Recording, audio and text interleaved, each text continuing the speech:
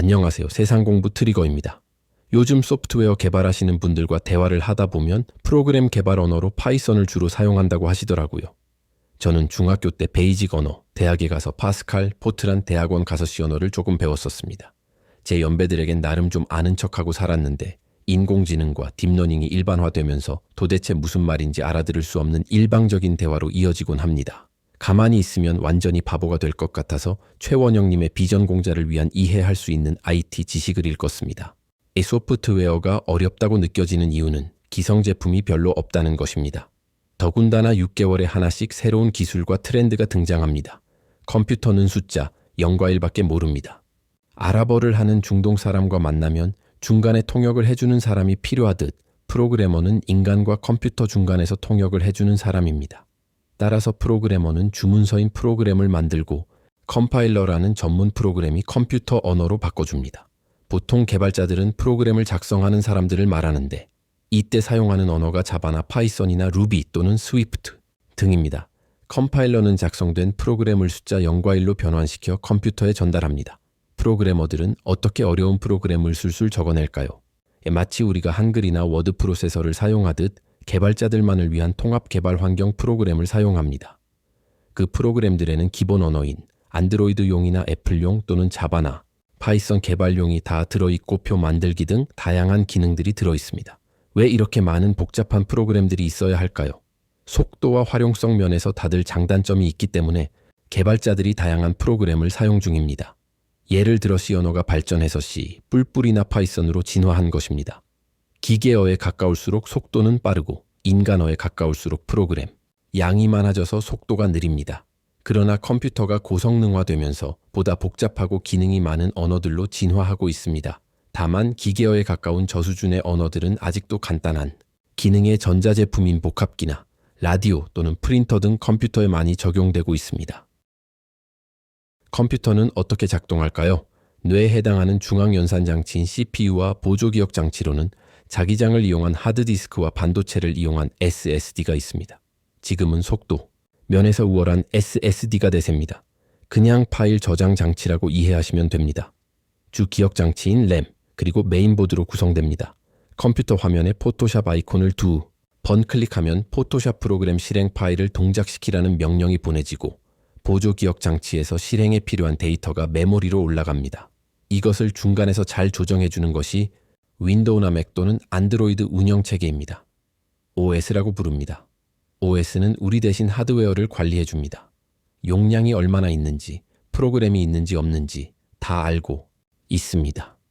프로그램을 개발하는 개발자는 OS의 종류에 따라서 프로그램들을 개발해야 합니다.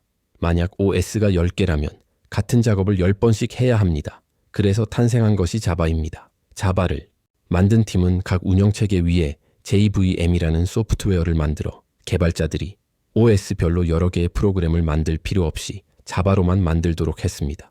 자바 이외에도 파이썬도 이 방식으로 개발자들을 지원하고 있습니다.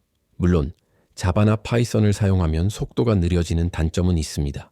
그러나 스마트폰은 현재 2개의 OS만 있기 때문에 개발자들이 부담이 덜합니다. 컴퓨터 산업을 발전시킨 원동력은 무엇이었을까요? 그건 바로 여러 사람이 동시에 접속해서 즐기는 네트워크 게임 때문이었습니다. 블리자드사의 스타크래프트는 대한민국을 단기간에 인터넷 강국으로 만들었습니다. 컴퓨터 부품은 더 좋아지고 속도를 빨라졌습니다.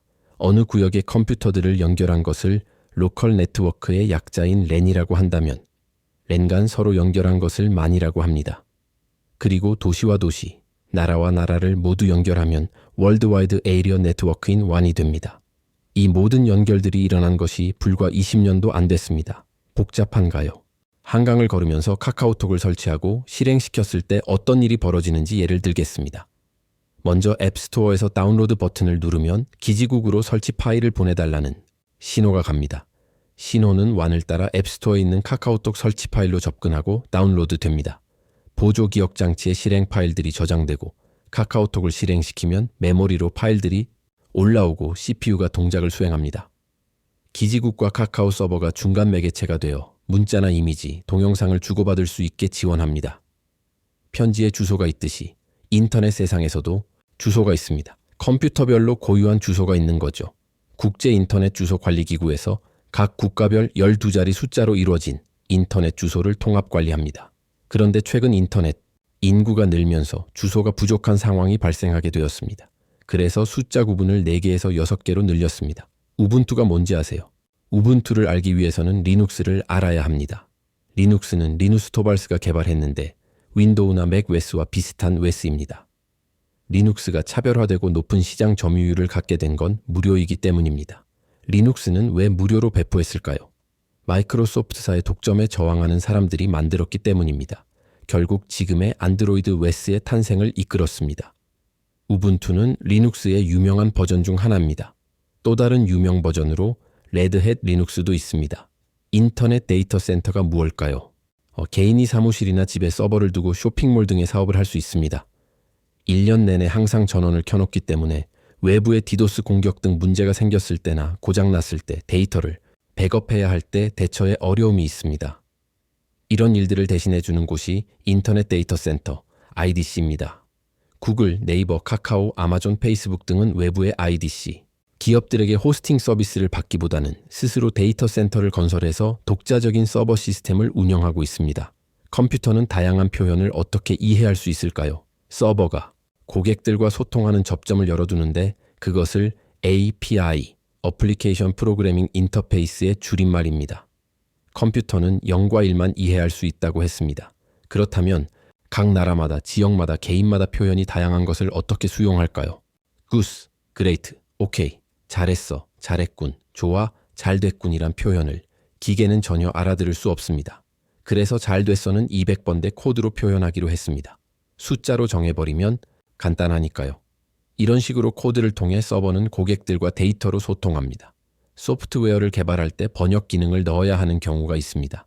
그럴 때는 번역 소프트웨어를 연결해서 사용합니다. 이때도 API를 통해 연결시키는 것입니다. 중요한 것은 제공하는 쪽에서 API를 열어줘야 한다는 것입니다. 보통 API를 제공해주는 다른 소프트웨어를 SDK라는 약자로 부릅니다. 소프트웨어 디벨롭먼트 키트라고 합니다. API 문서 작성 지원 서비스로 깃북이 있습니다. 네이버 등의 경우도 API를 지원하는데 자사의 영향력을 높이고자 하는 이유 때문입니다. 웹과 애플리케이션의 차이는 뭘까요? 애플리케이션은 보통 스마트폰에 설치해서 사용하는 모든 프로그램을 말합니다. 윈도우에서는 응용 프로그램이라고 부르죠. 앱, 어플, 애플리케이션이라고 부릅니다. 앱 개발자는 버전을 표기하고 앱스토어 서버에 업로드합니다. 그리고 얼마 후 버전을 업데이트했고 다시 올립니다만 바로 반영되지 않습니다. 애플의 경우 모든 신규 앱을 직원들이 일일이 전수 검토하고 버그가 있으면 거절합니다. 반대로 안드로이드는 심사 과정이 없어서 반나절이면 반영됩니다. 웹은 크게 4가지 이슈를 다룹니다. 먼저 HTML, CSS, 자바스크립트로 이루어진 기본적인 내용을 살펴보고 두 번째로 브라우저, 세 번째로 반응형 웹에 대해 살펴봐야 합니다. 그리고 마지막으로 하이브리드, 애플리케이션이 있습니다. HTML은 윈도우 사용자와 맥 사용자 간의 파일을 공유하지 못하는 것에서 출발했습니다. 인터넷 브라우저만 있으면 OS에 상관없이 문서를 볼 수 있기 때문입니다. 태그를 활용해서 코드를 구성했고 링크를 통해 정보로 이동하도록 합니다. HTML의 단점은 정보 공유에만 초점을 맞추다 보니 디자인 기능이 부족했습니다. 그래서 CSS가 나오게 됩니다. HTML은 정보, CSS는 디자인 영역입니다. 이 둘을 합쳐서 퍼블리싱 작업 또는 마크업이라고 표현합니다. 이후에 API나 쇼핑몰 장바구니 그리고 회원 관리 기능에 대한 수요가 생기면서 자바스크립트 언어가 도입되었습니다. 자바스크립트와 자바는 이름만 비슷할 뿐 아무 상관이 없다고 합니다. 웹과 앱은 장단점이 있습니다. 웹은 수정이 용이하지만 항상 서버와 연결되어 속도에 제한이 있습니다. 앱은 웹과 반대입니다. 그런데 최근 더욱 더 큰 문제가 생겼습니다. 윈도우 OS 인터넷 검색 브라우저 시장에 크롬과 파이어폭스 그리고 오페라 또는 사파리가 등장한 것입니다. 각 브라우저는 서로 다른 구현 방식을 보입니다. 작동이 안 되는 기능도 있습니다. 그러다 보니 개발자들은 엄청난 스트레스를 받고 있습니다. 반응형 웹이랑의 뭔가요? 더 좋은 건가요? 디스플레이 크기가 아주 다양해지면서 화면 출력에 문제가 생겼습니다. 그래서 네이버 등에선 모바일용 웹페이지를 따로 서비스합니다. 디자인을 일일이 수정하려면 CSS를 수정해야 합니다만 이런 불편을 개선한 것이 반응형 웹입니다. 브라우저의 가로 넓이에 반응하여 구성 요소가 변하는 기술입니다. 이상으로 최원영님의 비전공자를 위한 이해할 수 있는 IT 지식을 요약해드렸습니다. 감사합니다.